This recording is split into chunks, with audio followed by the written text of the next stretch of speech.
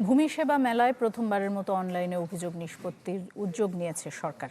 রাজধানীর তেজগাঁওয়ের মেলার উদ্বোধন অনুষ্ঠান শেষে প্রধানমন্ত্রী তারেক রহমান জানিয়েছেন, শুধু ভূমি সেবাই নয়, জনগণের কাছে সরকার দায়বদ্ধ থাকতে চায় জনবান্ধব কর্মসূচির মাধ্যমে।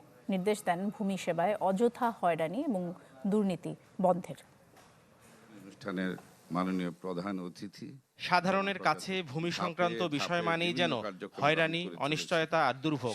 সে অবস্থার পরিবর্তন করে ডিজিটাল, প্রযুক্তি নির্ভর ও দুর্নীতিমুক্ত সেবা নিশ্চিতে ভূমি সেবা মেলার আয়োজন। আনুষ্ঠানিকভাবে আমি এই মেলার শুভ উদ্বোধন ঘোষণা করছি। রাজধানীর তেজগাঁও ভূমি ভবনে মেলার উদ্বোধন করেন প্রধানমন্ত্রী তারেক রহমান। প্রথমবারের মতো চালু করেন অনলাইনে অভিযোগ গ্রহণ ও সমাধান ব্যবস্থাপনা।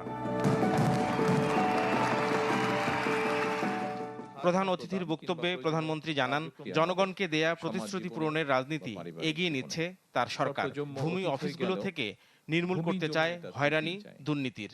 জমি বা ভূমি শুধু এক টুকরো সম্পত্তি নয়, বরং মানুষের জীবনে এটি এক ধরনের নিরাপত্তা, নির্ভরতা, অর্থনৈতিক স্থিতি, জীবিকা এবং ভবিষ্যতের ভিত্তি। এই উপলব্ধি থেকেই জমি ব্যবস্থাপনাকে হয়রানি ও দুর্নীতিমুক্ত করার অঙ্গীকার নিয়ে জনগণের দোরগোড়ায় রাষ্ট্রীয় সেবা পৌঁছে দিতে বর্তমান সরকার কাজ করছে। তিনি বলেন, ভূমি সেবা কারো প্রতি করুণা নয়, বরং সেবা নিশ্চিত করাই দায়িত্ব। সেবা প্রদান জনগণের প্রতি করুণা নয়, বরং জনগণের সেবা নিশ্চিত করা আমাদের দায়িত্ব বলেই আমি মনে করি। আমাদের লক্ষ্য একটি হয়রানিমুক্ত, প্রযুক্তি নির্ভর এবং নাগরিক বান্ধব ভূমি ব্যবস্থা প্রতিষ্ঠা করা। একটি আধুনিক রাষ্ট্র গড়ে তুলতে স্বচ্ছ, জবাবদিহিমূলক এবং জনবান্ধব ভূমি ব্যবস্থার বিকল্প নেই।